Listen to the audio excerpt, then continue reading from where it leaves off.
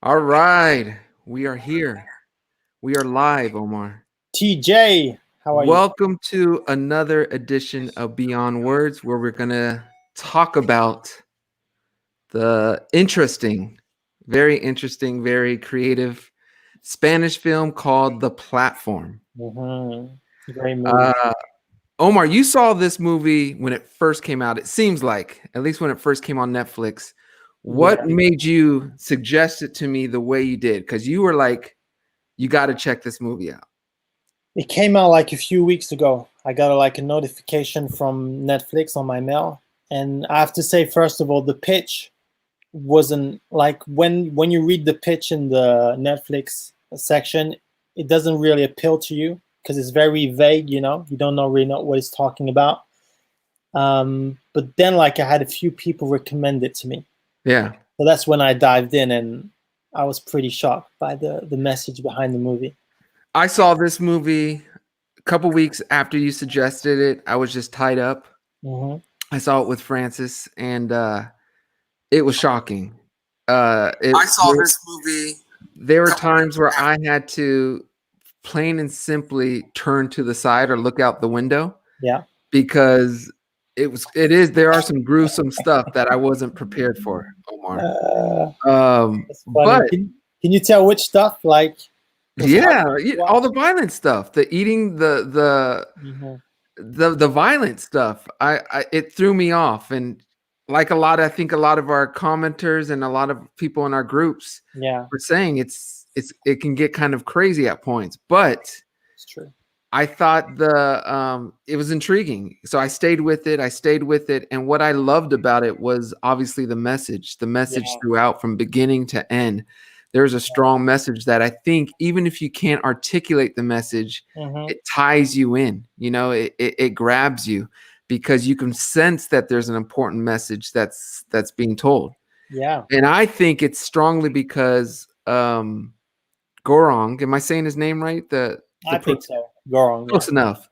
I think it's because he comes into the platform so stable, so altogether, and so altruistic, so human, and so with the right intentions. Yeah. But before we start discussing, I do want to say this. I want our commenters, or I should say our viewers, we want to know if you've seen it. You obviously have. That's probably why you're watching it. But I want to know, as does Omar, what you would rank the film. What would you give it on a scale of 1 to 10? 10 being the best. Good question. Are amazing, brilliant, Oscar worthy, and 1 being I thought it was horrible. So let us know in your comments, because that will entertain us on what you guys thought of the platform. Yeah, and we should say that we watched it like a few weeks ago, and we watched it again today. TJ watched it like maybe an hour ago, 2 hours ago. Yeah. So it's fresh on your mind. Yeah, I had to. And I watched it last night, like at 3 a.m. To get in the mood. So that was cool. And we do see different things. Like when the second time you look at it, you see different things that you don't see the first time. Did you see that or not? I definitely did. I'll first of all, I'm seeing some of these messages. I see everything from an 8 to a 1. There's a couple 1s, and I love it. Sue thought it was a 1. Sophie will give it an 8 out of 10. Lamara will give it a 7. Caroline said on a message 10, on content 1, and I get that completely. Marina says, I haven't. I can't stomach it. Next one for me, but I'm still curious what people learn from it. So completely understand. They're all over the place. The numbers 6, 8, 7, which is cool. That's what makes a great movie. When you have so many different opinions on it. Omar, let's talk a bit about the message real quick. 6, 7. All right, that's funny. Can't decide. Decide. Let's talk about the message real quick, because to me, one of the most important thing, and I wrote some of this down, but in the beginning, there's such an important quote that to me resonates throughout the entire movie and makes so much sense. I'm not gonna, that's the Spanish film, so it's obviously paraphrased, and I'm saying the English version of it. But the quote in the beginning that starts off the movie, that there's three types of people in this world: those Mhm. at the top, those on the bottom, and those that fall. Mhm. Um, that to me is everything, because we often see when we say there's three types of people, we don't know where that's going. But one thing we do know, we always think of it top, middle, and bottom. But it's not in this movie, the way it's projected, it's not that way. It's just top, bottom, and those who are falling. And the another big thing I thought about that quote is those at the top, which obviously we see throughout the movie, they are at the top. They're living life. They are, oblivious to everyone else. Their care isn't where it should be. And it's obviously they're talking about a lot of the wealthy class. Yeah. Whereas those on the bottom, they are at the bottom, so they're not in the absolute. I shouldn't say it like this. I should say they're at the bottom and they don't have the means and ability to make the change that is necessary. And then when I first saw it, when I thought about those who are falling, I thought about those who are, when you're in free fall and when life's going crazy on you, and you can't Uh-huh. control anything, you're basically in survival mode. You're not even caring, you're not even able to even think about systems Mhm. or anything. You're just trying to survive. Yeah. So when I first saw it, that's how I saw the three levels. But what's interesting, as I saw it the second time and was thinking about it, it's kind of one of those things.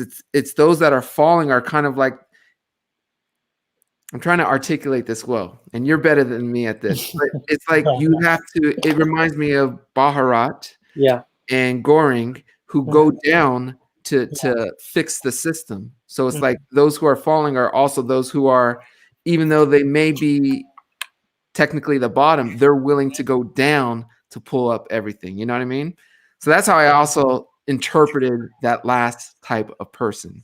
And what's funny about what you're saying is that, like, if you see it like more in a metaphoric way, and this is what I saw when I saw it the second time, is that when they appear on the levels, they don't choose where they appear, and they don't choose with who they appear. Yeah. So that's kind of like a metaphoric way to say that in life, you don't choose in which social situation you are in when you're born. Yeah. So you can be like born billionaire and you can be born poor, Yeah. and you don't choose where you start from. And that's kind of what I saw in this level stuff. That was very interesting. I want to go back to that picture in a bit, but is there any other big things you felt? Um, there's another scene, I should say, and, Hmm. and I'll go back to this picture because it's quite interesting. Is Yeah. in the beginning, where we see Gorong, our protagonist, on the bottom, who actually looks like Don Quixote a bit. We all know that that's his one item that he brought in was Don Did you Quixote. read that book, TJ? Say again? Did you read that book? I have not. Have you? No, I have not. And I was hoping you read it so I can understand. I'm probably sure that that book has a meaning of the whole movie, like why he took it and what's written in the book. What makes you feel that? You're saying from a director's Yeah, mentality? I mean, he can't just put a book in there just for no reason. That book has to have a meaning with the whole movie. But I I'm gonna haven't. tell you, I did some research Okay. because I thought of the same thing. Yeah. And I wanted to know, obviously a question we want to know as well. So I'll ask this question to everyone now is me and Omar are going to also tell you guys at the end what we would bring, but I want to know, and Omar wants to know what item you would take into the Yeah. platform. You can only take one item for your sentence while you're serving your time. What is that one item? What would it be? So make sure you comment in the comment sections. And again, towards the end of the video, both me and Omar will say what we would bring. But here we go. So, Don Quixote, I haven't read the book. It's obviously a classic book, it's a Hmm. classic Spanish novel, um, seen often as the original modern novel or original novel. And one thing I noticed about the book when I was doing research because of this movie, there's a huge famous quote from Don Quixote, and that is, the person who possesses wealth is not made happy by having it, but by spending it, and not spending it haphazardly, but in knowing how to spend it well.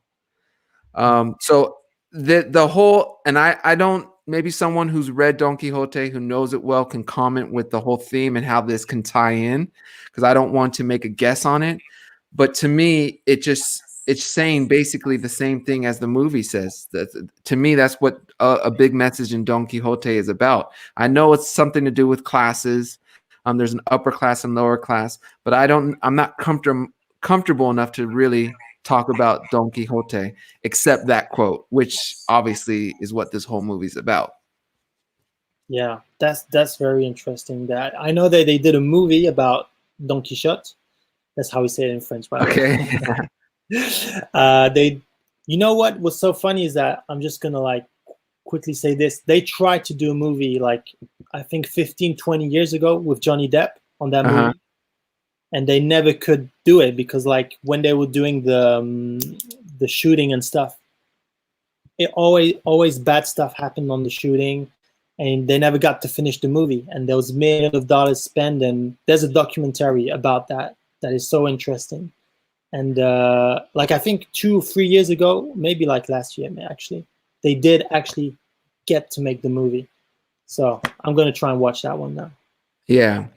And first of all, Sienna says apparently the main character in the movie is very similar to the character in the book, and I think that's right on.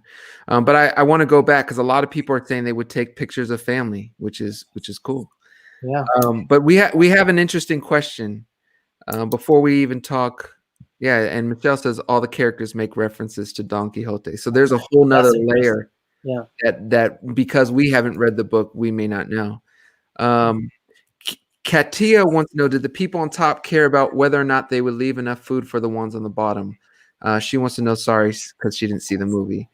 That's, to me, that's what the movie's about. It's about how the system and how, because what I found interesting is how when Goring, I keep butchering his name and I'll keep butchering it, but how when Goring first came into the platform or in the hole, he came in one way. He came in very calmly, trying to fix things and trying to, to think of ways to help and to fix the problem. But when he was put into a dangerous or tough situation, where he was tied up when he went down a level, and he had to, or I guess I should say, once he was cut his own flesh so that Tramigasi, these names are hard for me, but how the older guy needed to eat, and then the female came and saved him and helped him, and he instantly turned into a violent creature and a violent person who is now capable of causing harm and doing some of the most crazy things. He violently kills them, and it's that kind of thing where it's, we become who our society is and what we've learned from others, and it makes the whole change aspect that much more difficult. So I found that very interesting as well. And you know what? I see a lot of people in the comments saying that the ending was kind of like disappointing, and I think we'll get to the ending at the end, and maybe explain what we thought it was like and how you can interpret the ending.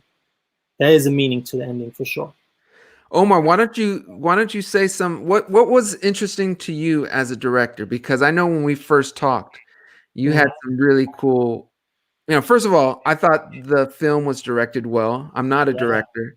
I thought it was directed well. I thought the writing, like in music, I think you have to have great writing films to really captivate and to tell a story. And I thought the acting was great. So for me, all that was really strong. But in your opinion, what stood out to you from a director, or the way they told the story, or the way they did it?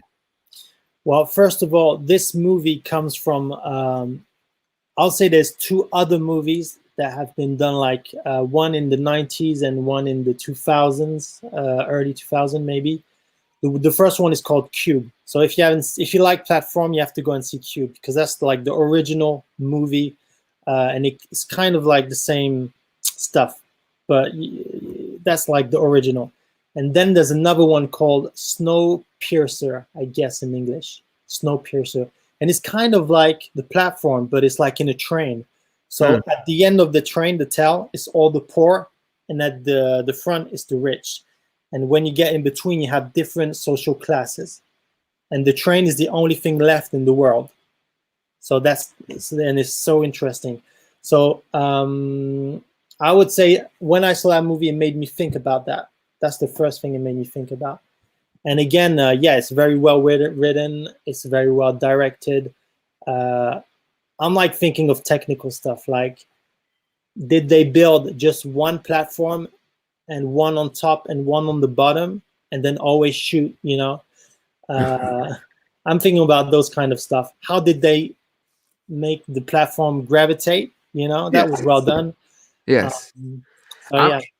I'm going to tell you something too that I found super interesting. And again, if you haven't seen it, this is probably going to spoil the whole movie. But what I found interesting too was that there were 333 levels, Mm-hmm. and there are 2 people assigned to a level. So that means there is a total of 666 people in the whole. And we all know that number has a negative meaning, the 666. And to me, it's just what I did appreciate about the writing and directing is everything seemed to have a purpose. You know what I mean? I was getting so lost to the point when, and I hate butchering these guys' names, but when Trimagasi, the old man, the reason why he was there is because he threw his TV out and it fell down and killed someone. So it's even that was a symbolic way to how things are falling, and the lower you are, the more in trouble you are, you know? I love this. The worst movie I've ever seen is Old Boy, I Haven't Moved. Oh, I thought she was going to refer to this. Haven't moved on. So wait a minute. Old Boy, the original version, or Old Boy, the USA version? Because they did I have no idea. I haven't even I'm asking Eden if he can answer that, because I really like the original version. So I would be curious to know why he didn't like it. This is definitely, so Momo wants to know, what genre is it? What would you say, TJ? I would definitely say this is like a suspense. I guess would you say horror? I would say more thriller, suspense, science fiction, Okay. kind of. All it's very yeah. Omar, did you get because this is something that you caught early, and I'll be honest, I didn't. But the la, I'm just gonna put it up. La panacota es el mensaje. Yeah. La panacota is the dessert. Is that how it's called? Yeah. I wouldn't want to have to order that at a restaurant. That's too long to say. I think that's what it's called. La panacota es el mensaje. All right. But tell me, in your opinion, your thoughts on the whole dessert being the message, and that. Tell me what your thoughts are on that, because you were telling me this when you first saw it, and I was like, that's pretty intelligent. I didn't even catch that. Yeah, well, because people, like, this is the thing. A lot of people are disappointed with the ending, and I think that is because maybe it's hard to understand and it's not very clear what happens at the end. But I think that the director, and like you said, the way it's written and each symbol has a meaning. And I think that if you look very carefully, you can find a meaning to the ending. And so la panna cotta is what they're trying to protect, right? To send the message. But they give it to the girl and she eats it. So she goes up, and there you go. That she's the message. Yeah. But I think that she never went up and she never existed. And the panna cotta is the message. And here's why. Like kind of the middle of the movie. And maybe you have to see it 2 times to catch it. There's a scene that comes out of nowhere. So it's the chef, the chef of the restaurant, sorry, that is like holding the panna cotta and showing it to the people who made it. And he found a hair on it. And he's like, they didn't eat this because there's a hair on it. And he's trying to find who's guilty about that. So it kind of shows that, first of all, that scene, if it was at the end of the movie in the editing part, maybe it would be more clear for the people that the girl did not exist, and that at the end it did come up, but it wasn't interpreted the way it should have. And I would finish by saying, kind of shows that, let's say on the top, the people on the top maybe don't understand what the people on the bottom need or want or trying to say, because they are maybe too disconnected. Like he's saying because of the hair they didn't want to eat it. That's how he thinks. He's not saying that this is a message, you know. It went like 333 floors and this one came up. There's maybe a message behind it. So it shows kind of a disconnect between social and the different classes, you know. That's what I thought about the ending part and the panna cotta. And I think you're 100% right, Omar. I mean, now that you say that, when I first watched it, I didn't catch any of that. I'll be honest. I remember when Mm-hmm. I first watched it, and I called you and told you I thought it was very interesting. You said I want to watch it again because Yeah, there was a scene in the middle, and you were talking about that exact scene where the chef this finds itself right in the middle of the movie, and I missed it on my first watch. I was just watching it, and yeah, you it's know, very that was short. what's that? It's very short, and it's like thrown in there like with no sense, you know. But you knew as a director that had a lot of meaning, and I think Yeah. that's what helped you get to this place. Um, you know what's another thing that I want to say too, real quick, is Uh-huh. uh, well, let's talk about this shot real quick, Omar. Mm-hmm. This was fascinating because this is, I think, around the second 200th level, and they throw a scrap to someone who is there who obviously chose to take in money because he has a bundle of money with him. Um, and he took in money, but in the whole, that paper has no value. So he's just sitting there with this money, but it doesn't mean anything. And what he really needs is a basic necessity just to eat. So when he gets his piece and they go continue down the platform, he just throws the money at him as if to say, take all of this. It's, you know, or thank you. You know, it's a very symbolic kind of shot at that point in the movie. Yeah, when you think about it, it's like even today, if everybody says at the same time that money has no more value, well, it won't have any more value, because the only thing that's giving value to the money today is people thinking it has value. But at Yeah. the end of the day, it's just a piece of paper, you know. So it's Yeah. just numbers on a computer. So that was a very, I think even that's the shot they used maybe for the poster, or kind of. I'm not sure, it's too small, but that's a very symbolic shot. I really loved it. Omar, Tramagasi says early in the movie, don't speak to the people below you. When Hmm. asked why, it's because they are below you. And then he follows that up with the people above you won't speak to you. Again, why? Because they are above you. Yeah. And that is, in a nutshell, I think oftentimes the shortcoming of us as humans. Hmm. And we have this idea that because we may have more or in a better position or more privilege, you're not on our level and we can't speak to you. Um, and it's so unfortunate because only when your tables are turned do you kind of respect or understand that mentality of the other side. Hmm. And only if we can somehow overcome this dichotomy of way of thinking can we really advance as a society, you know. And he says it so nonchalantly. I think he's eating a piece of chicken, but it's so calmly, and it was so profound because I think Yeah. that's so true. A lot of the wealthy people will just drive the expensive cars, drive, and they feel like they're higher than everyone else simply because of what they have, not of how they think or how they are, but what they have. And the same thing, it's like the people below you are just scrapping, are just trying to survive. And it's I just found that all very, very powerful.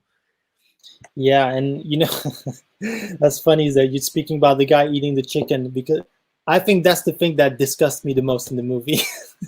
All the eating, all the Yeah, nasty. when all the close up of the chicken eating and stuff, that to me was kind of disgusting. The rest Yeah. was And I'm going to say one more thing because I have to be careful because I'm obviously a privileged person. I come from a upper class family, and I've went to private schools. I live comfortably and all that stuff. But I also I'm very I'm very connected to everyone. It's so important to me, and it's the way I was raised, thankfully, because a lot of people who I grew up with and a lot of people around me aren't that way. I'm not the kind of person who is flat. Look, I love my hoodies. I love baseball caps. I don't wear diamond stuff because I just don't really believe in it, to be honest. I Mhm. will small sometimes if it, but 95% of the time that's just not me, and it just doesn't feel right. And like I said, I will never drive a car that's 150,000 dollars because I think about all the mouths that could be fed. Mhm. But I know and I understand I'm very much on the minority in this. um there was something I wanted to say, which is one man's trash is another man's treasure, which is another thing I thought about because as the food is coming down, the it's like the people who it gets nastier and more gross, but when the food comes there, you're just willing to eat any type of scrap. And that broke my heart because it was so symbolic to how it is in real life, from even with education. It's oftentimes the upper and middle classes are privy to the best education systems and the best teachers and the best everything. Mhm. Mhm. And the lower classes are just scrapping by with any type of education. And let's be honest, it's not an equal world. It's not equality all around the world. And it's something that I don't know if it will change in my lifetime, but at the very least, I think it's something that needs to be spoken about. And I wish something would be done Mhm.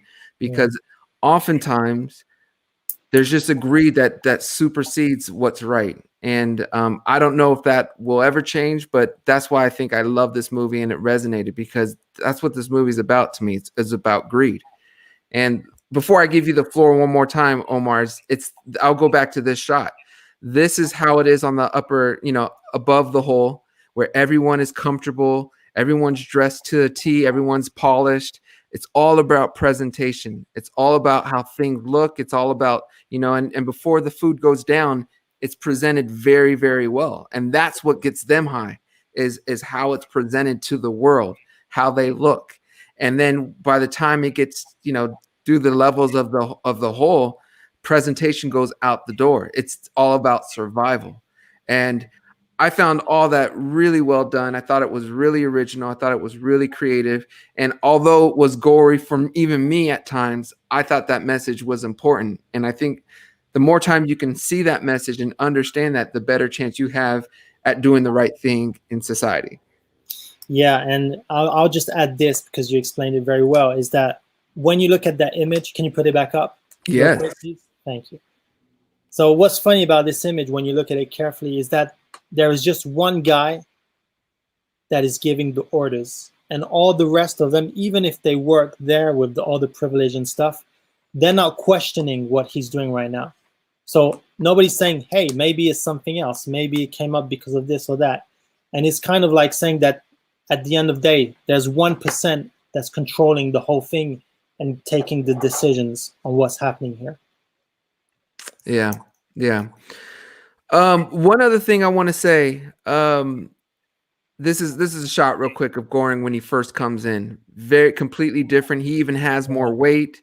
He's coming in optimistic. yeah, you noticed that He's he coming has in for a more diploma. weight on the cheeks and stuff. You Yeah, noticed? Yeah, yeah. that's But small he's detail, coming in but for a diploma. It's something as yeah. innocent as getting a diploma. But by the time this movie is getting going, he's in positions like these where he's being radical to make change happen. So Um, did you I didn't this is one thing I had a question if somebody has, or maybe you TJ have the answer to this. Do you know what the diploma he's going in for? Like, what is the diploma? Or the how do you call it? Diploma. That's right Yeah, in English. yeah. What is it? Like, do you know what it is? I don't know what Maybe subject. I missed it. I don't Yeah, know. I didn't catch what topic or what subject, but he's going into to for an accredited diploma on something. Yeah, And I don't know what it is, but to me it was just, he's just trying a to get his degree. degree in something. I don't That's know what I was. exactly what it is, but Thank you, Marina. yeah. Yeah, Um, and what's funny is that did you catch that? So he's going in. because he wants to go in to get the degree. Correct. And like you said at the beginning, the first one, I don't remember his name, sorry. You have the notes. The first one, he goes in because he committed a crime. Correct. So that means it's kind of like, it's not a prison, you know? Like you can go in by yourself and you can go in. He had to go in like in a psychiatric Correct. facility.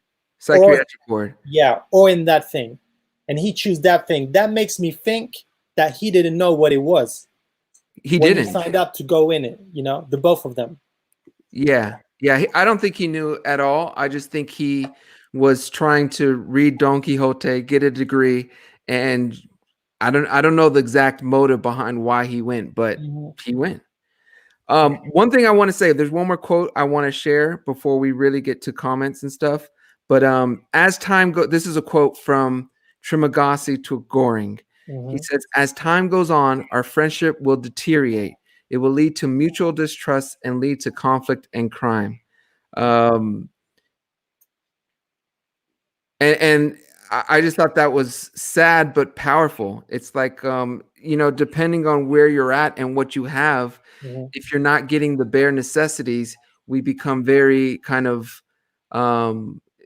things can go crazy bad, and it just speaks about society. It's like if society is really truly wanting to help mankind as a whole, we have to figure a way out where we're really helping those who need it, because crime will happen, and that often is the case. There's often times where, and I'm going to say this, and I always want to be careful with this, but it needs to be said. There's a lot of people, at least here in the States, who mentally think that bad areas or what's called the ghetto is that way because of the people choosing to do that, choosing to make it such a bad place. But the truth of the matter is, and that's another thing I loved about this movie, it shows you that when you're not taking care of all your society, bad things can happen and crime can happen. So it doesn't matter. It's not something you can pin on a race. It's not something you can pin on a religion or a color.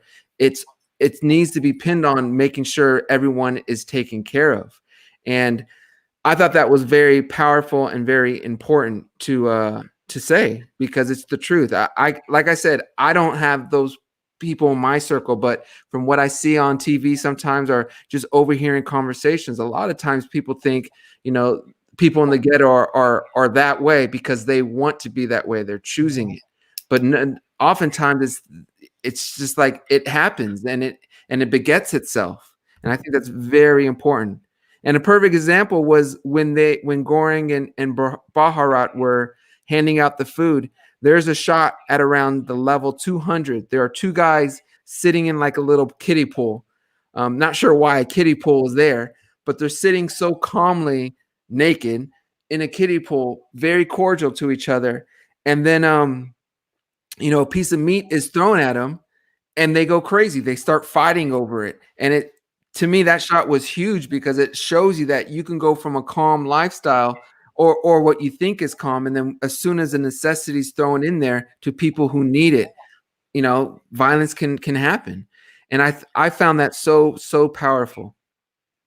Yeah. And if I go back on the shot you put just before on the screen where he was in the interview, yes. What's funny about this is that she's trying to understand who he is in this scene.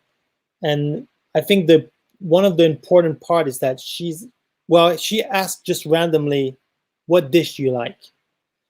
And he says he likes snails. Yeah. I guess in English. Is that has a specific name, the snails? I think it's I've never heard of it, never ordered it, would never, but I think it's a luxurious dish called escargot. Yeah, and so he says, well, that's what my dish. And what you understand, well, I guess what you understand in the movie is that each person that's in there has been interviewed for and asked what's their favorite dish, So on the platform, you have all these dishes. And I'm guessing is that at one point he finds his dish in there. He finds the snail dish. So I'm thinking maybe every dish of every person in there. So you said how many was there? 666 people. Yeah, well, every 660, it's hard to believe, but had their own dish. So if each person ate his dish, that would be enough for everyone. So that was kind of a message, like if everyone only took what he needed, that would be enough for everyone. It goes back to greed, right? Yeah, It goes absolutely. back to greed, and I don't know how to change that. I'm not a professional. I'm not associate. I don't have a degree in sociology or politics, but to me, the message is simple. It comes down to greed. Yeah. Omar, I want to ask this one more question to you. What was the symbolism of the girl or of the child, I should say?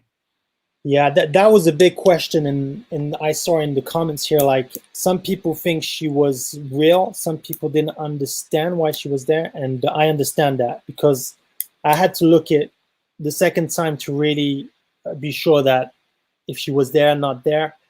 And like I said, from a director standpoint, the only thing that would make me think that she does not exist is that they gave her the, how'd you say it again? The cake. What's the name again? La Cana. Well, let's Hold just on. say the cake. Here we go. La Pana Cotta. Okay, say the rest. La Pana Cotta is the dish, but La Pana Cotta is a Yes. mensaje. All right. And So la panna cotta. yes. No, so at one point they say, let's just give her the panna cotta. She needs it. She needs to have something to eat. But we see that scene in the middle of the movie. So that's not a fake scene. It's there in the middle of the movie where they show it. And that's the only dish they show.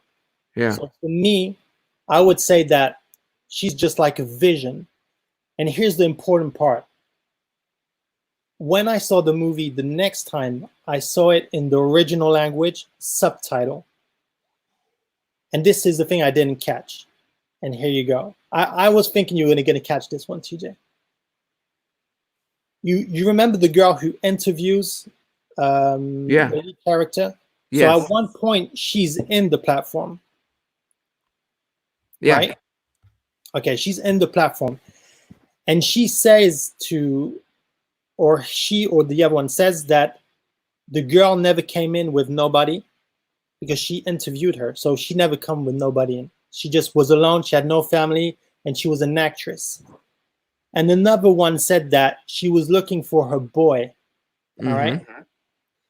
Now, at the end of the movie, when we see her, the lead character looks at her and she says she's a girl.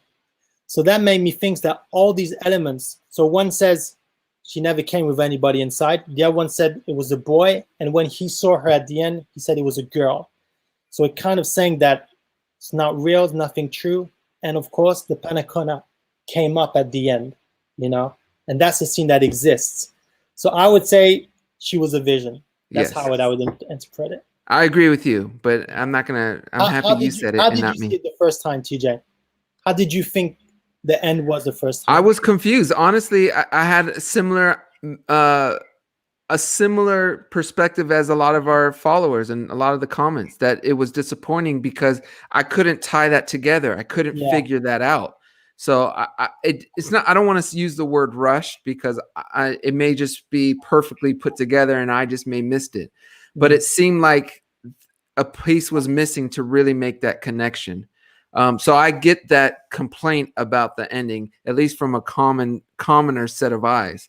Again, I'm not usually one who critiques movies that well. I just usually sit on a message and really try to find more of those messages to support my idea. So, all right, we're gonna bring in Nasat. Hi, how are you? Can you hear me? Hey, yes, Nasat. I can hear you. How are you? Yay, finally. I'm so happy to finally talk to you. Well, thank you for joining us. Yeah. What do you want to share? What first of all, what did you think of the movie? Okay, it was so intense. I watched it at 3 a.m. last night, and that's a good bad timing. I know. I had no other time, and it's a great time. Hello. Yes, you're good, Nasat. What happened? You're here. You're with us. Hello. We can hear you. Okay, can you guys hear me? Yes. Hello. I can't hear you. What happened? Uh-oh. She may have hit something. Okay, maybe she'll come back in and then we'll get it working. Yeah. Um, By the way, I would just say that 3 a.m. is the best time to watch these kind you of think so? movies. I don't know. I'm I telling think you, so. Omar, there were times where I was watching and it there we go, level 333. So this was the Yes. bottom level, and that's where we got 666. But I don't know. This I'm not gonna lie. Even the second time I saw it, there's parts where, and it's the sound effects. You know, you're seeing it and the way the knife is cutting in, and you Yeah. just hear all that stuff. So I get the goriness and the difficulties in watching it. But I don't know. I want to know, Omar. I think it's almost that time. We'll try to get Nasat in, but we're gonna wrap this up soon. But I want to know, um, what item would you take into the platform? First of all, I was trying to look if what people that did you see some cool stuff in there, TJ? Okay, hold on. Before we get back, we'll It do went too we'll do quick. the top real Okay. quick. Okay, that's that. Can you hear us? I can hear you. Sorry, someone like called me and messed up Okay. everything. Yeah. What did you think, Nasat? It was really intense, and I watched it at 3 a.m. And especially when he was about to cut that guy open and eat him, I'm just like, no. And I was like, reasons like this why I'm a vegan. But Yeah, I get that. I So- think what happened? What would be the one item you would take in to the platform? My crystals, because they keep me calm. Don't judge me. Yeah, no, there's Yeah. I honestly, I don't think there's a right or wrong answer to this. I think it Yeah. depends on the person. I think it's exactly the reason why you said your crystals is the reason why everyone can bring whatever they'd want. I think the key is to stay calm, to stay composed, and to stay in control, because in times like that, you're bound to lose your sensibility and to go crazy. So whatever you feel is going to make you the most at peace and the most calm is to me the right answer. So there's no judging here. Exactly. Yeah, because when I'm in a high pressure environment like that, you have to have some kind of sanity, and my crystals, they Absolutely. keep me sane. But I think Absolutely. this movie, it's symbolic to scarcity mentality. Like the truth is, like, we're all born with abundant society. There's abundance. If everyone just ate only what they needed, we wouldn't have like a shortage of food. And so it's the same concept in the movie. Like, what is causing the scarcity of resources is the scarcity mentality. Yeah, I think that's very strong. It's kind of like what's here in the States with the toilet paper situation. There is enough toilet paper if we all didn't get into a hoarding mentality. And Exactly. what's sad is in this situation with the coronavirus pandemic, that's what triggered the toilet paper situation. But what's triggering it for in regular usage when we're all good and when there's normality? But something is triggering it. And to me, it's greed and image and coming off a certain way, or the importance for yourself to come off a certain way. So I just thought it was very powerful. Yeah. And sorry, I'll let you finish. I had one question. Yeah, sure. Well, Go I ahead, just Omar. wanted to What's your question? Yeah, go ahead. I just wanted to know how you saw the end of the movie. What did you think about it? It was very ambiguous. I was a bit confused by it Yeah. because, at first I thought maybe the guy was already dead. That's what I assumed, that Gordy was most likely dead. There's no way he survived, but I just didn't understand what was the point of that. What was the message? Yeah, Yeah. it was confusing. Yeah, it was. And like I said, that was the last 10 minutes or so. I wish it would have been a little bit stronger. But like I said, the first hour and a half or first hour 20, I thought was very powerful and potent. So, Nasat, thank you for joining us, and happy Thank to you hear very you much. this time. And Yeah. take care of yourself, okay? Have a good rest of your Sunday. All right. Love you. Bye. You too. Bye. Bye. So sweet. Yeah. You know what, TJ? I think that's what's kind of interesting, that the ending is, I understand that people didn't like the ending. I understand it. But maybe I think that's what makes it's so open to many ways that it could end, and many ways you can see it. It makes you talk about it, So for me, that was cool to do it that way. Cindy says, don't eat while watching this. You're 100% right. You can eat Starburst, that's fine. Starburst, okay. Yeah. She thinks she was insane and Chad didn't exist. Right? Yeah. Yeah, I would take my sword, the Bible, God is my savior. I love that. So, all right, Omar. And Lena said she would take something that would keep her motivated and calm. Omar,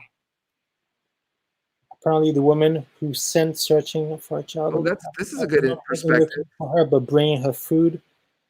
What do you got? What do you think, TJ? I think that's a powerful It's thing. interesting. Yeah.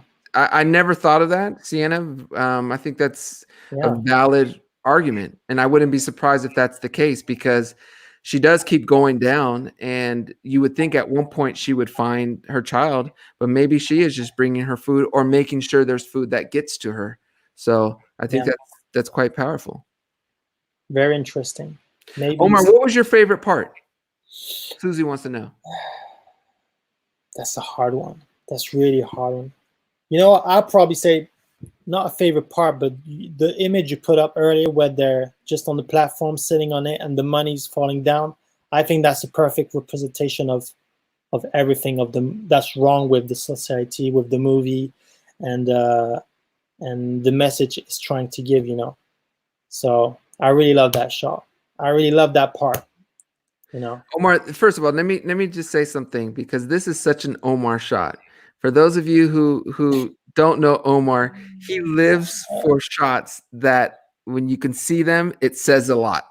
And I'm gonna just bring in I don't deserve this video because Omar was so big on making sure we had flowers for the car, and this was all above my head. I didn't understand, but he had this vision of, and we showed the drawings before, right? It's in one of the, I think in the breaking down. I think we showed them in the breaking down videos. But these kind of images, I think, really excite Omar as a director. Am I right, Omar? Yeah, it's very symbolic, you know, and it says a lot. Just by looking at the image, you can understand what's happening, and that's very powerful. I really love that. Omar, what is my favorite part of the movie? That's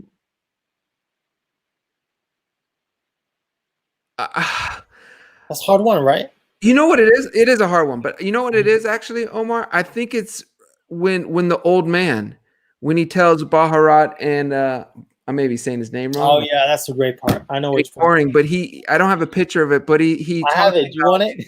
What's that? I have it for you. I did put it in the you know what? I put it with the subtitle because what he was saying, and I'm gonna let you say this because that was a great part. The message he was saying was very important. So let me send it to you real quick on Skype so you can put it. But I just thought that was important. What I loved about it, the catalyst for change and the catalyst for what needs to happen came from the elder man. We don't know why he's in there. At least I didn't catch why he was in there. But if you guys know me, I'm very big on listening to your elders and utilizing what information they have because they've went through more. And the calmness in how he handles it and the calmness in how he tells them, what are you doing? You're going about this wrong. You can't make change by imposing violence first. You have to first speak to the people. You have to first reason with them. And that, as well as him saying that there's an importance in sending a message through symbolism. I thought that was huge, you know, because you have to, we as people, the only way we're going to make true change is through symbols. I really believe that. I mean, there's other ways, but I think the most effective way is through symbols. And it just changed it elevated how they were planning on, you know, their plan. It completely changed their plan. And I thought that was well said. It was at the perfect time. We thought the movie was going to go one way, and then it changed. So I would say here it is. This whole scene was fantastic. And let me show you guys the old man who I am speaking of. You can't see the subtitle because it's hidden by the comment. But yeah, the comment. Sorry, but okay, you can read that he's saying some powerful stuff here. Like, yeah, it's you have to come in with the right mentality if you're trying to make change. Yeah, you can't come in there swinging and violent. You're not going to make lasting change that way. It may be change, but it's not going to be the type of change that's going to be effective and powerful. So I would say this. I mean, there's a lot of great scenes, but I would say that in particular one. Yeah. And what I loved about it is how he's in a wheelchair. and he's the guy behind him, they're at a lower level, and instead of like fighting, he's already calmed his level. The guy that's with him is calm, he's not violent, and it speaks to the importance of using language to get what we need and to communicate. And he was the key to that. So I would say my old man, I don't know his name, I want to say Ginseng. Don't know his name, but why are you laughing, Omar? You got the name of the guy? I don't know. That something's telling me it's ginseng. I may be wrong. Ginseng, all right. But I love the fact that it's communication and the power of words. And you know what's so cool in that, TJ? It shows, again, if we go back to The Alchemist, it shows that every person you meet in your life, it can make you change the whole direction of what you're doing. Because you said right now something very important. You said that he gave them the key, the solution to give a message, because they were just like going down and, you know, they didn't have like a message. So he was the key. And like every person you meet in life, even if they're whatever they are, whoever they are, in which social situation, they can bring you something very important. So that was cool. And he, like you said, he's in a wheelchair, so he doesn't have the power to do anything. He can go up, he can go down, you know, but he gave the power with the words, and that was so cool. Yeah, and I guess I think I was close on the name, Ginseng. I think that's the Ginseng. name. Lachey says that's the name. All right. Okay, Omar, it's that time. We are going to wrap this up, but before we wrap up our review, our discussion of the platform, I will go second. It would have been cool to take someone who did not like the movie. Okay, well, I don't think that. What we could do is, for those who didn't like the movie, explain why. Yeah, I would like to understand. If you can comment why you didn't like it, that would be cool. But I think it's going to be a lot of it because of the violence. I really do. But we'll see. Yeah. Yes, people are liking The Elders Make Us Wiser. There's actually a book, and one book we'll eventually have to review or discuss on Beyond Words, that I've always been preaching. But that's a powerful book. So we'll just I always butcher the name, so I'm not going to say the name. But if you're with us in this club, you're going to read a very powerful book on this exact thing, on how elders make us wiser, and how we have to respect that and really put value in our elders. Yeah. And TJ, I had a question for you. Yeah. So, knowing that if you were at the place of this guy, what have you done? Like, do you know how would you feel like being in this kind of situation? I know it's hard to say because you never know, you know, but yeah. I think I would have. I know it's a hard one. I don't know, Omar. I would like to say I would probably handle it in a similar way. I think my temperament's similar to his. I'm pretty calm and I'm a thinker. I'd rather try to ask questions and figure what's going on than to act. I appreciate all the methods he tried to solve the puzzle. But I'd like to say I would handle it in a very similar way, you know. And I think, like I said, Ginseng, I think, hit the home run when he said you have to send a message back to the top. You have to make them pay attention and be aware of what's going on, because they're expecting you to do one thing and expecting you to, control yourself one way. But if you can change that, what their perception is how you're going to change and get them to pay attention to you. Yeah. So I think I would have landed somewhere in there, to be honest. I just don't know how I would have gotten there, but I would have thought of something, I think. And something you said earlier, when you talked about the fact there was like 333 floors and 2-person by levels, that makes 666. So that made me think about something. I was like, okay, a few questions.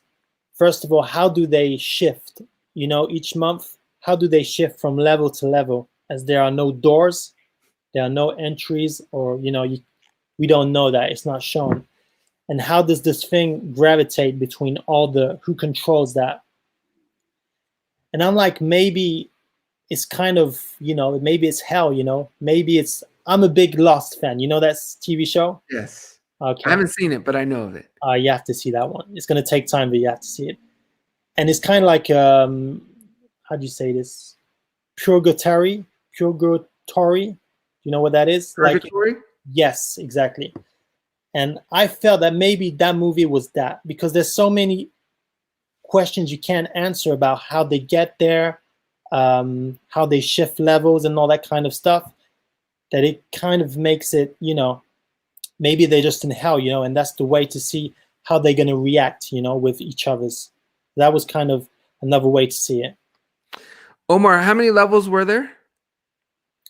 333.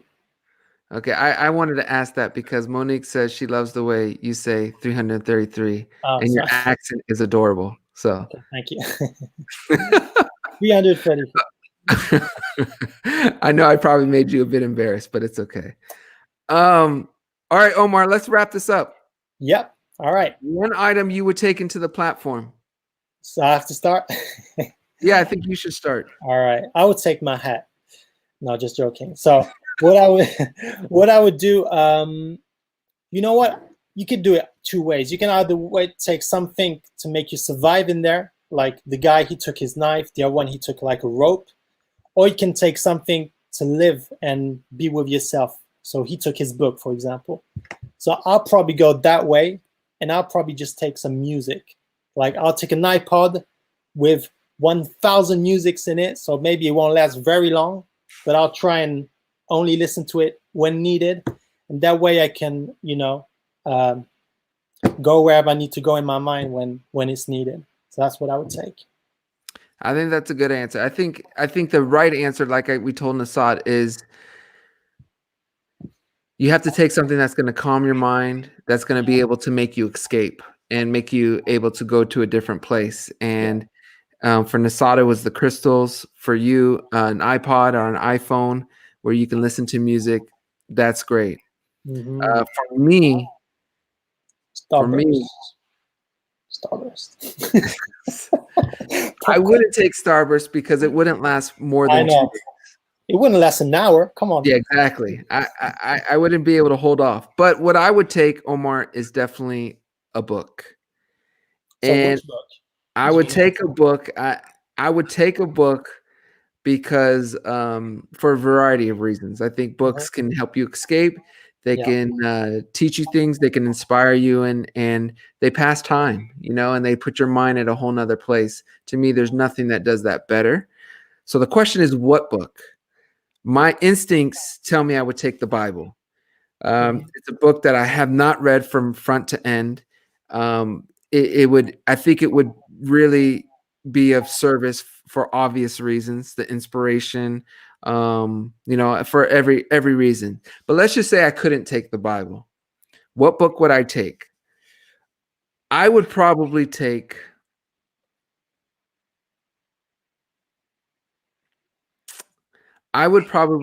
there's a book called it's a hard one, I know. I laugh because I always forget book titles. But there's a book, I honestly, I hate to say this, but I think I would take something like Don Quixote. Yeah. I really would, because it's a large book. I think it's like 850 pages. It was written in the early 1600s. It's a classic book. And I think it would have so many different messages. It tells a story so you can escape, but it also is an intellectual book. So I'm not mad at that choice. I'm really not. And I know, if this being a Spanish film and the characters being Spanish, that was probably an obvious choice for them. But I'm not mad at that choice. I think Don Quixote is, it's obvious. It's a book I've always known about, and it's a book I haven't read. So it would pass my time. It would take a while. And like I said, it's an escape. So. And I like that choice. And I'm going to tell you why. Because you can, and you see this in the movie, but it's not very clear. But you can actually share your book. Like you can read some chapters. So that means you're taking it for you, but you're taking it also for your cellmate. And maybe the other guy that's going to be with you next month, So you can share that. That's really cool. And what's powerful, and I think that's a good way to end this, is it's those around us that we have to really influence and change and stay calm with. I think that's another big message that this movie's about. It's your loved ones, it's your home that you want to stay calm and be one with to get through this thing called life. Your spouse, your those people are so important. You have to be on the same page, because when life hits you and things get tough, if your core isn't strong and that bond isn't strong, bad things can happen pretty quickly. And that's another big message. Forget all the social ideas that this movie projects. To me, it's simply about, if you're in a place, if and now we're all stuck at home, you have to make sure your person who you're stuck at home with, you're bonding with them, you're connecting with them, you're communicating with them, and you're on the same page to get through this the proper way. So I think that's another important message, is that when things get tough, we have to rely on communication and our community to be calm with. So Yeah. And I'm just gonna say this. Toria asked a question that's very interesting. Is me, if I would direct this differently, I wouldn't, because I think it's perfect. But the one thing I would add to this movie to make it a bit longer is that, you see, right now we're in quarantine, you see, and we have all the technology to to do stuff, and they had nothing in there. He had a book, he had a knife, and that's it. So the thing is, I would maybe had shown more about how they passed their time together. How do you pass a month with two people and nothing around them, with just a book and a knife? Show more about that. But that's it. Otherwise, the movie was really great. a lot of people like the music, and I also like the idea of the rope. That Okay, was let me actually very let me smart. ask you this, TJ. Yeah. Let's say you took a book. That's your answer. Now let's say you could take music too. What would be the 3 albums you would put in the iPod if you can only choose 3? What would those be? So that means you can only listen to 3 albums for 1 complete year in the platform. What would that be? Greatest hits, it doesn't matter? You can do greatest hits. Okay. I know you like those. I do. I would take and let's ask also in the comments, like, what would your 3 albums would you take in the platform? Yeah, we see a lot of music. So go ahead and tell us what 3 albums you would take. But I'm curious to know you, TJ, because I know it's hard to think, like, when you're gonna live 1 year with the 3 same albums, you have to choose wisely. I would take this. I would take the History album. My uncle's History album. Obviously, he's still the music is still resonates strongly with me. My favorite artist of all time. You get all the greatest hits, and then you get stuff from the History album. So I'd probably say that one. It's a double CD, so I got lucky with that. I would take Bob Marley's Greatest Hits, and I think that's a shock to a lot of people, because although I don't usually say he's my favorite artist, he's up there for sure. But what I like about him is the calmness. He projects calmness and strength, and his songs always have a good message. So I would take a Bob Marley Greatest Hits. And then I have to figure out which one, but I'd take a classical CD. Classical music? I would, because I think music is so powerful in the way it can transfer you somewhere else in the world. And I use classical music a lot of times when I need to relax or read or just ease my mind. So I would probably do those. Bob Marley, History, and classical.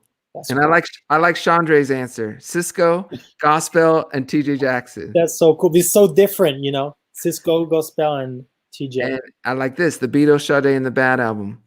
There's many different answers in here. That's cool. Yeah, it's really cool. Evolution, Boyz II Men. That's a great album. Yeah. History, Obsession, and Stevie Wonder. You can't forget Stevie Wonder. Linkin Park. That's interesting. So, all right, Omar, I think we should close this. Motown Greatest Hits. That's a great one. So that one may slip in. But I think we should close this, Omar. I think it was educational. It was fun. And we want to thank you guys, the Beyond Words community. Let us know in the comments what movies you would like us to discuss next. And we will see you guys next week. Adios, and thank you.